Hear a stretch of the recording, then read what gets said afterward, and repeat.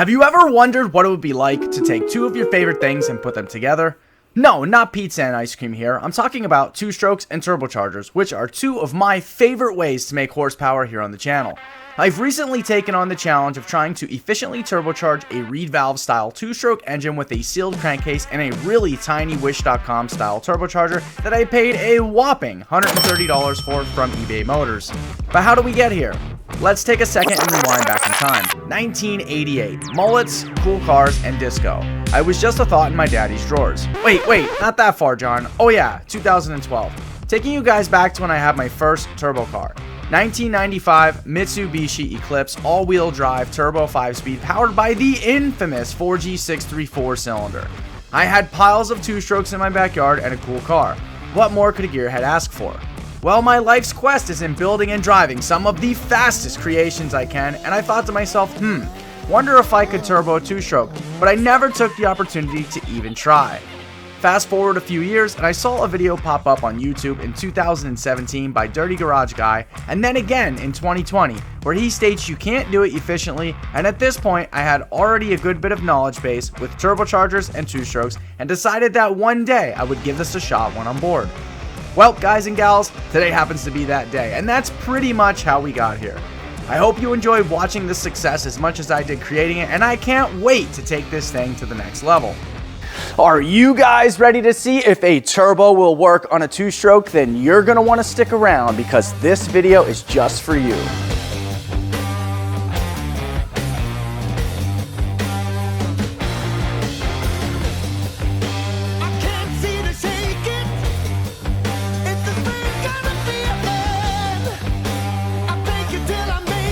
Alright guys, welcome back, Stupid Fast Nation. I bring you here today. We are going to be slapping a tiny turbocharger on this two-stroke reed valve powered 200cc Yamaha Blaster. This has been a project I've been wanting to do for quite some time. It's been in the back of my mind and written down in my creative book for many years. So I'm not going to do too much talking in this section of the video. We're going to get into some details here as we roll things out. But let's just go ahead and jump right on into it, guys. Let's get it cracking.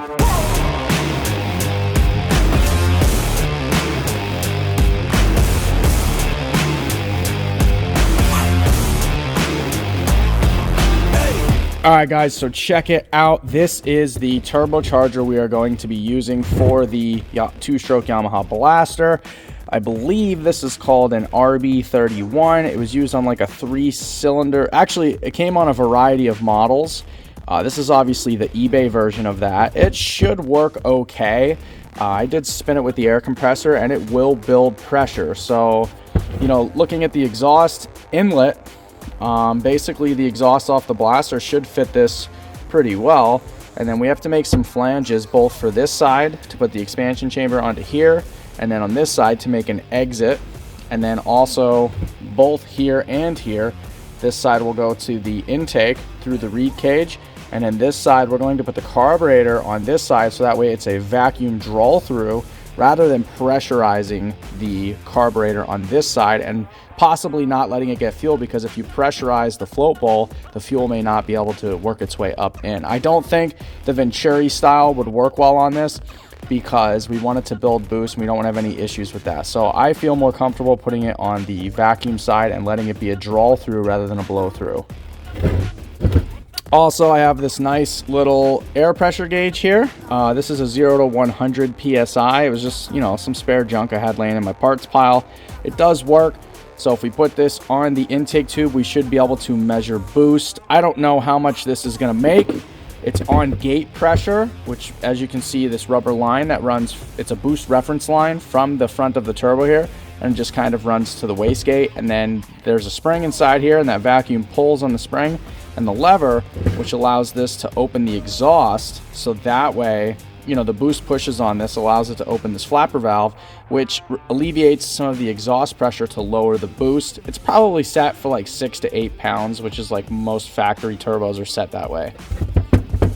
Also, we have this guy. Don't know if we're going to need it. This is very popular on Banshees. When you go like methanol alcohol and you need an extra bit of fuel, because they use so much extra fuel. These you tap in the back side of the carburetor, and it comes from the float bowl, and it is, you know, when the air is blowing over this, it will draw extra fuel up and spray it in. It actually also works like a Venturi style. So we may be installing this if we're not getting enough fuel under boost, but we won't know that until we get all of this installed and do some testing. So now that we got our basic parts list out of the way, we do have to start working on this thing. It should be a fairly simple install. Please, hopefully, that doesn't make it a worse install than what I'm desiring. But we've got to start by taking some of this apart. We've got to take the carburetor off. We got to take our drag pipe silencer off, and we have to make some flanges, kind of get all this welded and mocked up. And then I have to make some sort of drain tank for underneath the turbo. And then we're going to use the engine's basically the premix pump, which would, an oil injection pump, which would pump the oil into the cylinder. That's deleted on this. We're running premix in the gas. So we can use that pump to hopefully push the oil back through the turbocharger, because that is an oil cooled and oil lubricated center section. And so it'll have like a reserve tank underneath of it, and that will gravity feed down to the injection pump, which then will pressurize the top of that turbo. Hopefully it should be a very low pressure system, which is okay because that's a tiny turbo, and it probably doesn't take a whole lot of pressure to feed that oil through anyways. So with that being said, let's go ahead and get started taking this thing apart, and let's get this turbo installed. And then in a few minutes, I'll go over how turbos actually work, just a quick, you know, a little couple minute thing. And then we can talk about, you know, what my expectations are with this and what I actually think it's gonna do. So we have to start by uninstalling all of the parts we need to gain access to on this Yamaha Blaster. Then we must move on to preparing the turbo for its new home. I will start by drilling and tapping the oil feed inlet to a 1/8 inch NPT so I can put a brass nipple on it for our oil feed line.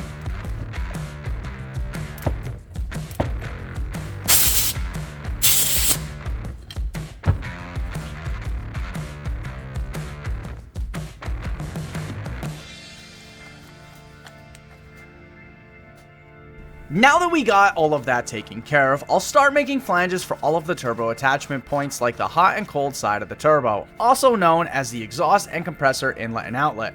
Making a template is pretty simple here. It's nice because you can use cheap printer paper and some dirty shop hands to just trace all of the edges in literally just a few minutes.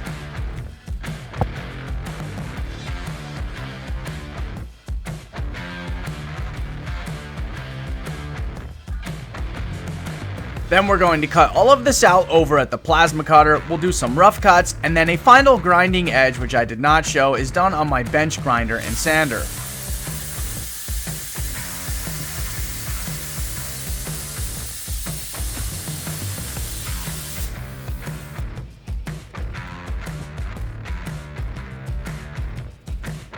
This is what the final product looks like.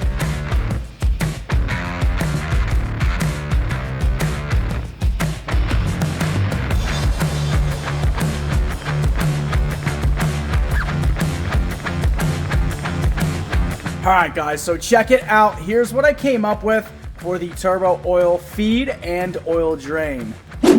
Alright guys, so here's the setup. This is a 1/8 inch NPT. I tapped this hole up top for the oil feed. We'll be able to just put a hose on this then from the oil injection pump. And then on the bottom, I made a bracket for this and then put a TIG welded a steel tube to the bottom. I chose to TIG weld that to have a very close weld so that we didn't have like MIG weld sticking out, because if we had MIG weld sticking out, then bolts would not be able to come up against that the way they are. It's too tight in that area. So I TIG welded this, and then I tapped this. I believe that's a 1/4 inch NPT. And oh my god, what was that? So 1/4 inch NPT, and then I put a union piece in there, a double male union, and then ran a female air compressor fitting on the end here, which then we can put, you know, a hose and a hose clamp on, and then run that down to the reservoir. Back to fabrication. I'm going to take some time in developing the most beneficial spot to place the turbocharger, because I have to leave room for the carburetor cable to reach the carburetor itself, and it not be in the way of my legs while I'm riding this beast, but still be as functional as we need it to be. Once I'm happy with the position, I'm going to weld the exhaust side of the turbo to hold it in place while we create the rest of the piping necessary for this build. I also made a nice little mounting point for the exhaust back onto the frame so it can withstand the actual weight of the turbo and doesn't wind up cracking or snapping the exhaust off while hitting bumps in general riding and racing.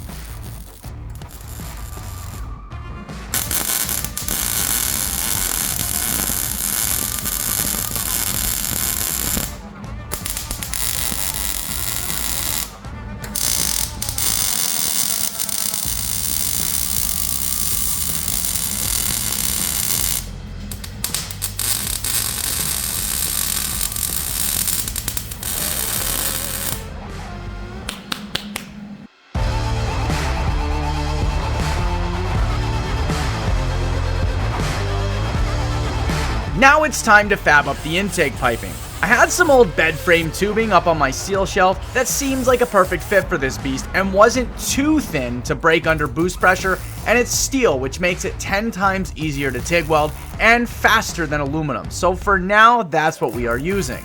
It will also be much stronger to tap for the air pressure gauge as well.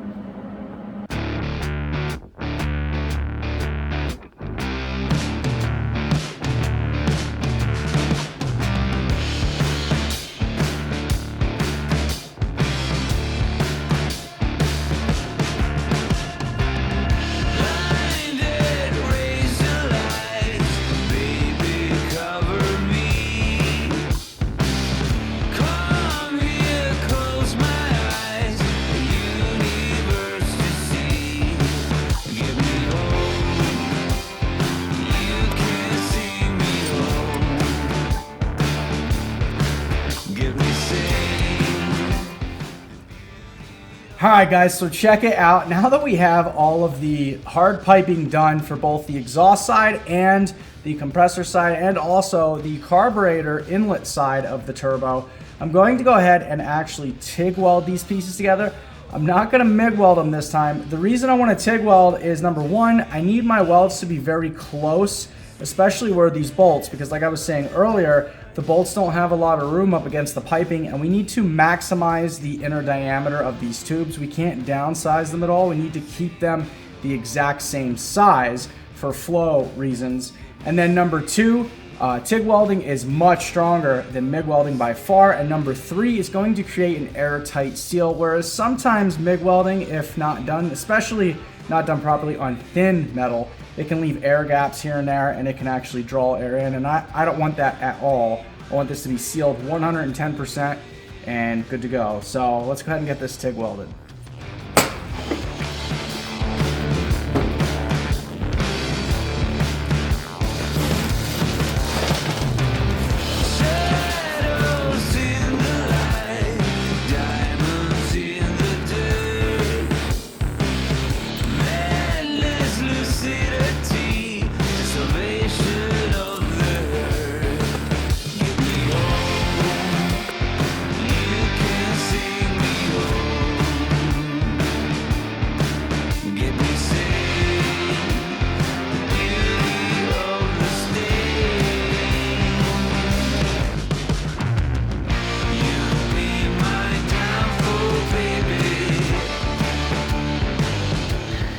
Alright, so now that we got all of the pipes TIG welded and we're going to be ready to be installing this turbo for good, and we have to finish up the oil drain system, I wanted to take a quick second and kind of explain how turbochargers work so there's no misconceptions, and also how I think this is going to work with the two-stroke engine, so that if it does work, I can be like, no, I'm just kidding. But There's a lot of people who think you can't turbocharge a two-stroke, and I disagree. But there's different types of two-stroke engines, and that's definitely a factor to consider. There is this style, like the Blaster 200 is actually a reed valve two-stroke that on the intake, and the porting design is set up specifically for this, the reed valves will flutter, and so as the piston goes down, the valve opens, those reed valves flap open, allowing the fuel and air to be drawn in. And then as the piston comes up on the compression stroke, they close so that none of it can go back out through the carburetor and you lose any of that air and fuel mixture, and it stays within the cylinder. Now, I think part of the misconception with turboing two-strokes is that because turbos make boost, and the way the reed valves work, and there being a only small area for compression, that you will leak a lot of your boost out the exhaust. But let's talk about how turbos work and how I think that this design will work well with a turbocharger. It may not work well with this turbocharger, but I think it will work well with a turbocharger if sized and regulated properly. So, turbos are very simple, in my opinion. I've been a turbo guy for a number of years.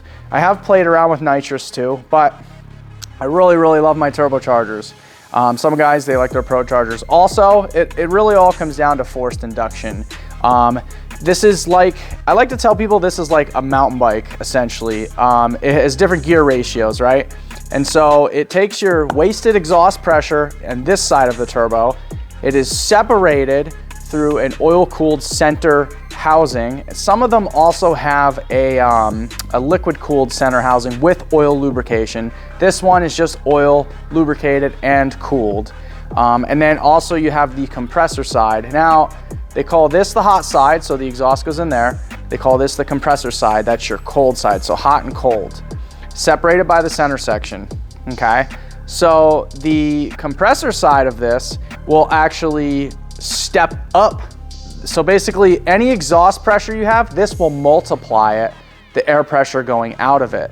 So let's just say there's a factor of 2, this could be 4 in its range. So just like, you know, a mountain bike, you can gear change to pedal faster and slower.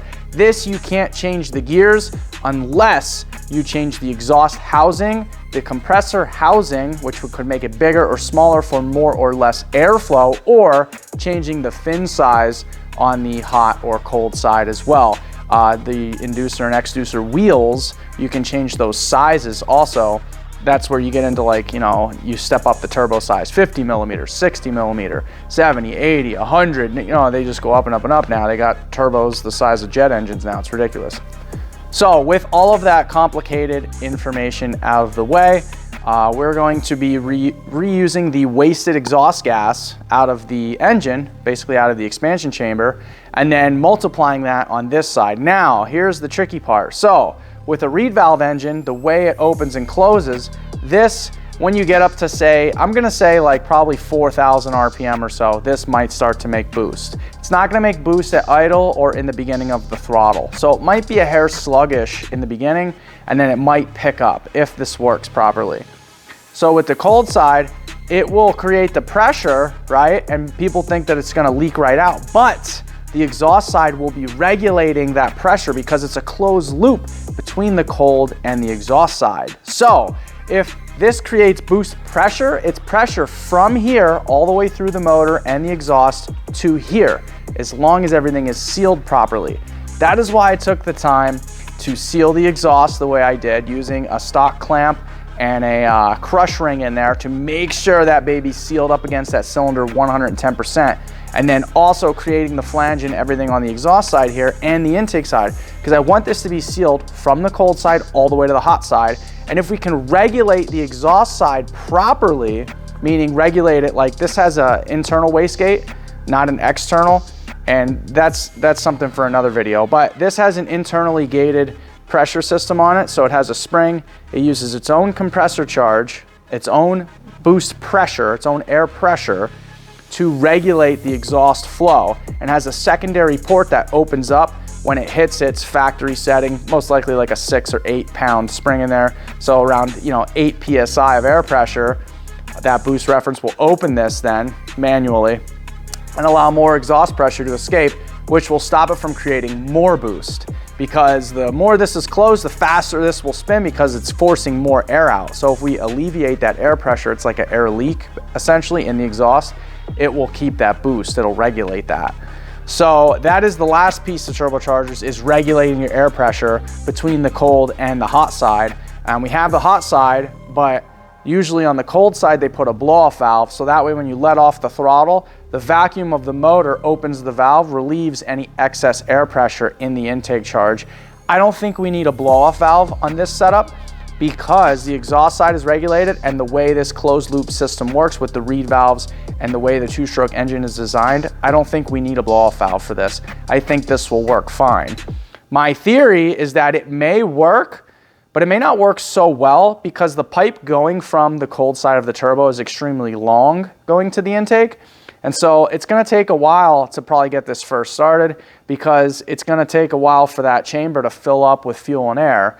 The upside to this is the turbocharger will mix the air and fuel better, will atomize the fuel and air better going in. I don't know how sluggish it's going to be with that long of a tube. I mean, I guess it's like having a tunnel ram on a big block or a small block, but I guess we'll find out when we put this thing on. So, all right. So now that you got your quick lesson on turbochargers and how they work and how my theory, I think that this will work properly, let's go ahead and get this thing installed. We've still got to finish up the oil drain system on this, and then we can try to give this thing a first start, see if it actually runs and what it wants to do. So let's get going.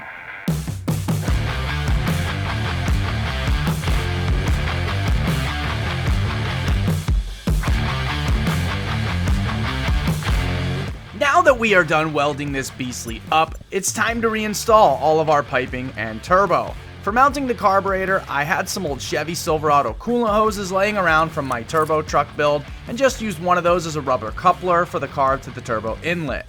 Everything seemed to hold together well enough for this testing. LOL.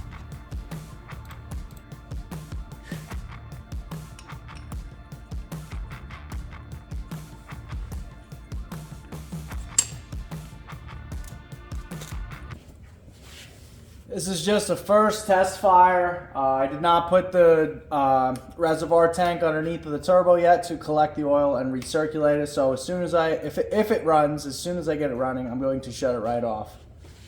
One thing I would like to note here is that this is a true first fire up with the turbo. No editing or fancy acting or faking it here. Just me and my crazy creation in full real-time action.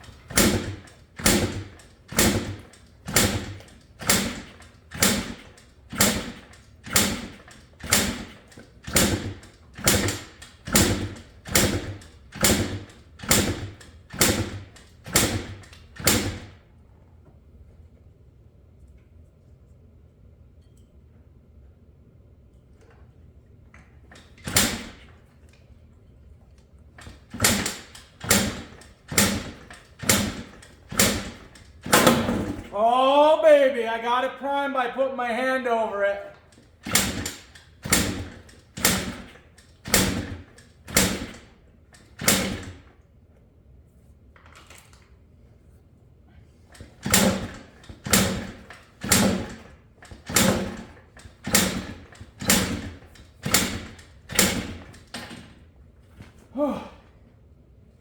That's a lot of kicking.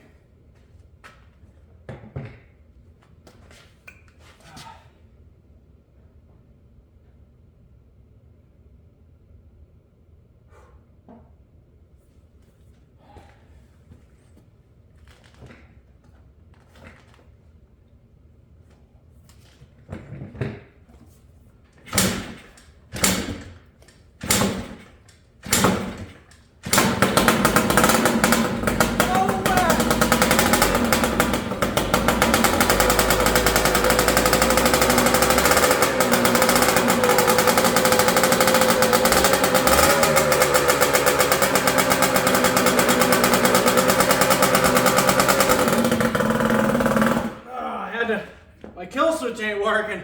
Oh my god, it actually runs! Get out of here! Get out of here! No f***ing way, man. Oh my god. It doesn't get any more genuine than that. Oh my god, dude. All right. Oh my God, I can't believe that actually ran. And it wasn't as sluggish as I thought it would be. Holy shit, man. All right. Let's get the oil reservoir underneath of it, and then we'll really play around with this thing. Woo! Come on, baby, let's go! The last few things to finish up are making the oil reservoir tank and also drilling, tapping, and installing the air pressure gauge so we can record to see if there's actual boost being made or lost here.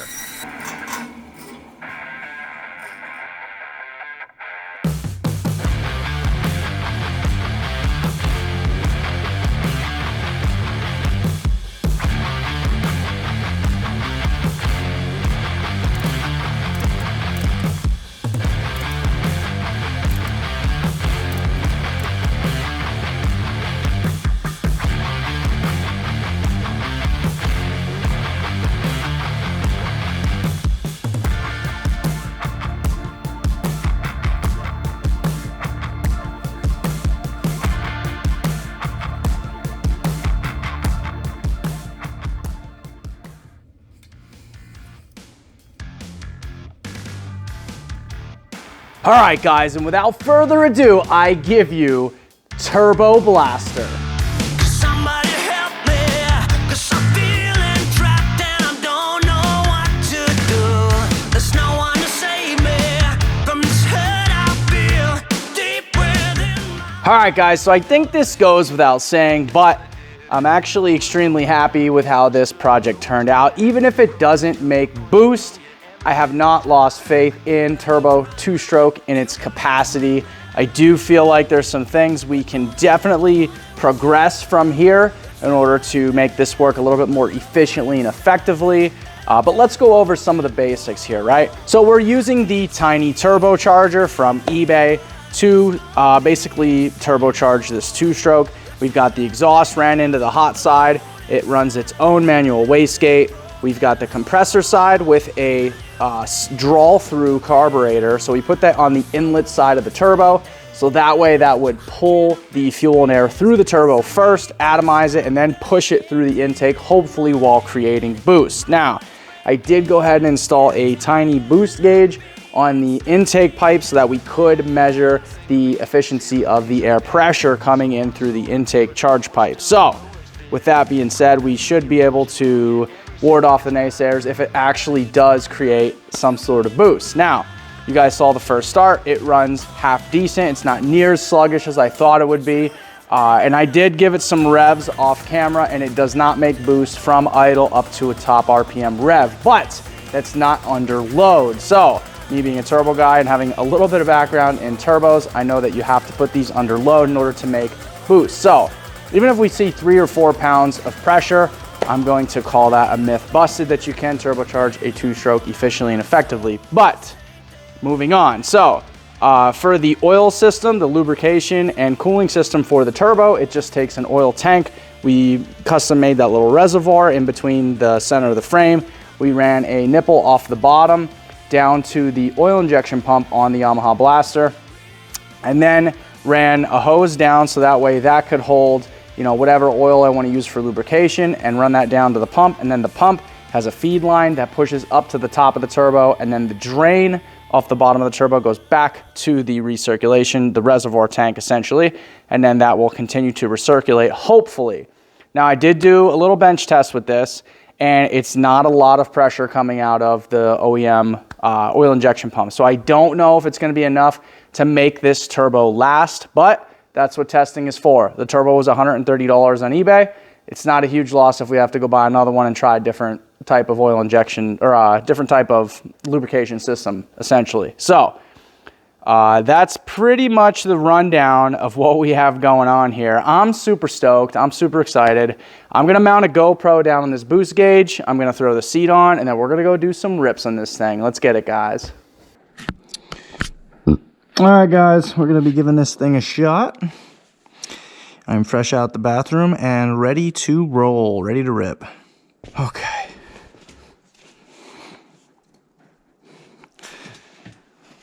Let's see.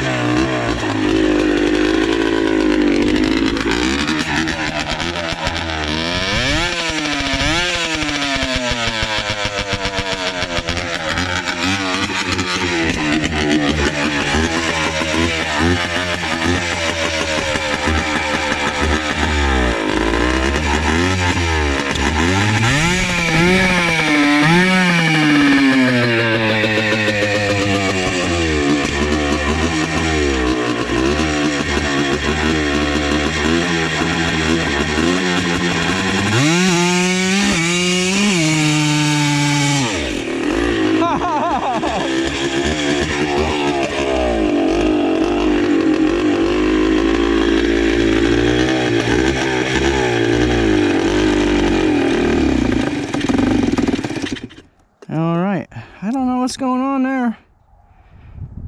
Got a nice little third gear burnout. Oh! That gauge is pegged. Still got good compression.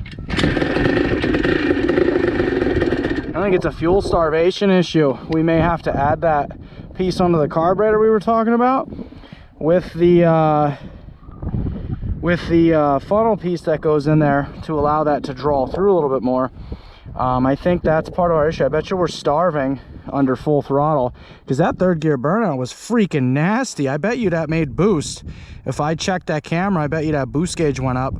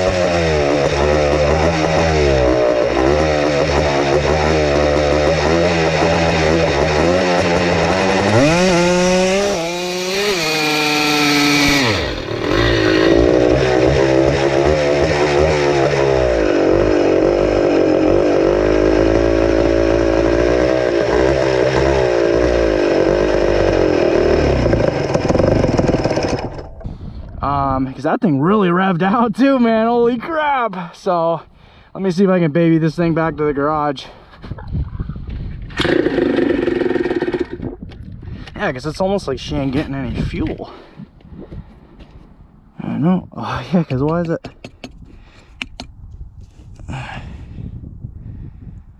Unless I fouled a plug already. Oh, and she's hot too. Woo! That exhaust is burning hot. Let's check the turbo. No, she's spinning free, so it ain't that. Whew, that's hot though. Oh my god, dude.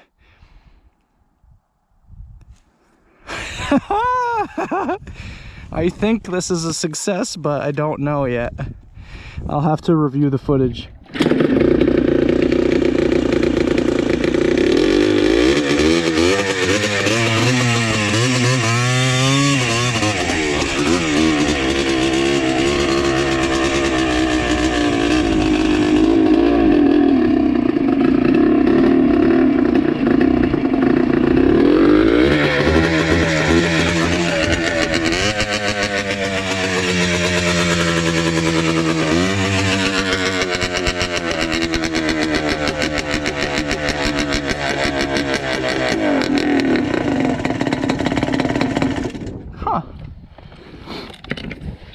It's definitely a fueling issue.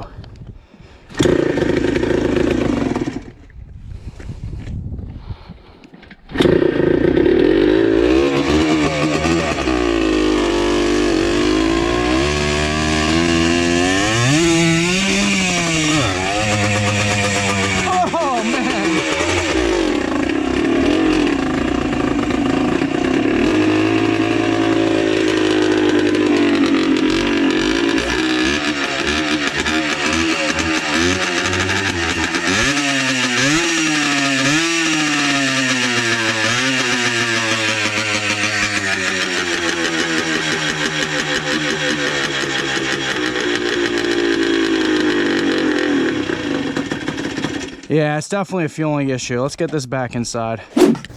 All right, so let's start with this. I reviewed the footage. I'm pretty sure I know exactly what's going on with this thing, but you drop me a comment below. Let me know what you think the problem is with this Yamaha blaster. So basically, a combination of two things. And one of the big factors here is the back pressure of the exhaust system. You know, now that we shoved a turbo wheel on the end of this exhaust, it's a lot more back pressure until the exhaust pressure can be relieved. So that alone creates a lot of heat in the cylinder, because this is a closed loop system now, don't forget. And the two-stroke engine is designed for the exhaust to flow back into the cylinder, causing the scavenging effect to work properly, right? So that's gonna create a lot of heat. And then on top of the turbo, basically leaning out the intake side of the cylinder. So we're starving it for fuel and giving it a ton of hot exhaust back pressure. Those things are causing this thing to heat up exponentially, and therefore basically overheating it. And then she's becoming a dog, you know, partway into the run. So obviously the first thing we need to do is add that fueling kit on. I may even cut and extend the float bowl in this carburetor in the next video. And then that way we have like double the amount of fuel in the float bowl. So that way this thing can really just, you know, push as much fuel as it wants through the turbo, through the intake to help keep this cool. Obviously it's an air-cooled aluminum cylinder head design. So we are going to struggle with some heat issues at first. Hopefully can get this fueled enough where it can stay cool. And if not, you know, the whole reason for this turbo setup, which I'm not gonna talk about in this video, was basically to test a two-stroke turbo design for future build creations that I want to do here on the channel, which I'm not getting into in this video, but very exciting stuff because it did create boost pressure. And you could see air bubbles coming out of the threads by the pressure gauge. So you definitely know, like I know the gauge is messed up, but it did create like 7-8 pounds of boost at one point, and you could see the air bubbles coming out. So the turbo is definitely creating boost pressure, and you can hear this baby screaming in the back. So we know the turbo is doing its job. This cheap little eBay wish.com special is doing its job properly, and we can only improve from here. This is probably the worst raw design I could do, and then we can just literally step it up and improve from here.